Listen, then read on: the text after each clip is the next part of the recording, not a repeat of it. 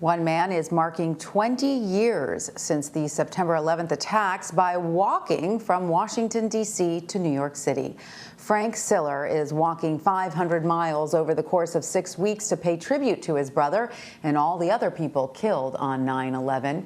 Frank's brother, Stephen, was a firefighter who ran through the Brooklyn Battery Tunnel to Ground Zero with 60 pounds of gear strapped to his back. He would die trying to rescue people from the buildings.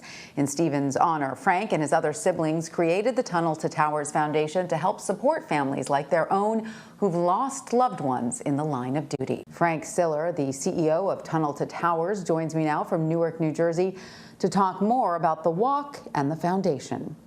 Welcome, Frank. Thank you for joining us. Tell us more about this 500-mile walk you are on and how you came up with this idea.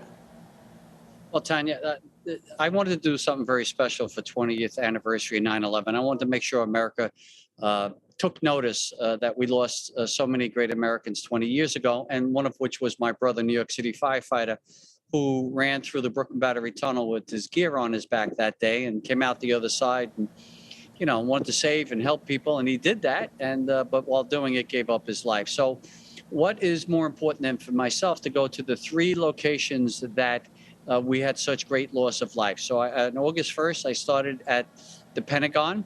August 21st, I made it to Shanksville. And now, of course, for the 20th anniversary, I will be walking through the same tunnel that my brother ran through 20 years ago to honor what he did, but not just what he did, but what so many great heroes did 20 years ago. And you have made several stops along the way during your journey. 3 of those stops have direct ties to 9/11. But tell us a little bit more about the significance behind some of the other stops. Well, when we laid a wreath on August 1st at the Pentagon, I was with my family and other 9/11 family members that lost someone at the Pentagon. We said a prayer there, and then we started our journey through Arlington, Virginia, through West Virginia. And I'm meeting, I'm looking at a picture you have right there. I'm meeting Americans all over. It's incredible. They're waving the flag. They love America. They're saying, God bless you, never forget. They help carry me every single day. They inspire me. And you know what? A lot of it are young kids. Young kids are coming out and learning the story of not just of my brother, but the story of so many that sacrificed their life 20 years ago. When I was at Shanksville on August 21st, and I was with a group of New York City firefighters, I knelt down at the exact location where the Flight 93 was taken down by the first battle on the war against terrorism was won, because our 40 Americans that were on that Flight 93 took that plane down to save Americans on the ground. And I knelt down to say a prayer there, and every firefighter knelt with me. We put our hand on the boulder that represents the impact zone of Flight 93, where it came to and crashed on Earth. And the emotions were just pouring out of us, because we were thinking about, the 40 great heroes that gave their life that day on Flight 93. We're thinking about, the firefighters are thinking about their friends, their brothers, their parents. They were digging on the pile for how many months, looking for them. I'm thinking of my brother.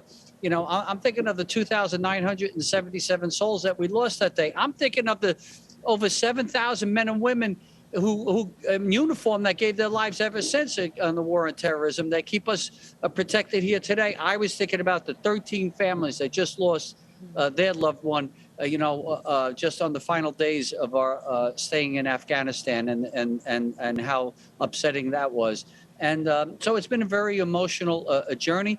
We hope that people join us on our mission of doing good and taking care of the families that are left behind that make the ultimate sacrifice. Absolutely. And what does the end of your journey look like? What can we expect once you reach Ground Zero in New York? Well, I'll be walking through the early morning of September 11th, once again with my family, my wife, my kids, my grandkids, my sisters, and my brother. And when we come through the tunnel and come out the other side, I'll be thinking about my brother.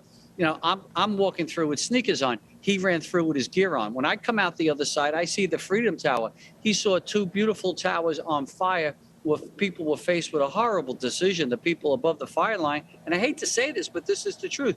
They were faced with a decision to jump or burn. And, firefighters are trying to save these great Americans, and they did. They saved the largest rescue mission ever. But I'll be going up to a 10 truck.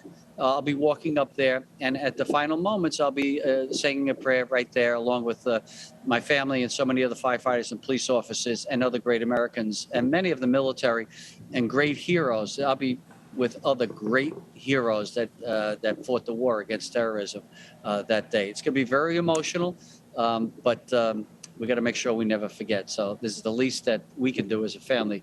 And the Tunnel to Towers Foundation is asking everyone to pray for those 13 families that just gave their lives for our country, and continue to pray for our police officers, our firefighters, and the men and women in uniform that are willing to die, Tanya, for you and I every single day, and often do.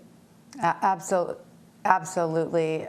Frank Siller, thank you so much for joining us, and our hearts are with you and all people who've lost loved ones in the line of duty. Thank you so much for what you're doing. We appreciate it. Thank you. God bless you, and God bless America.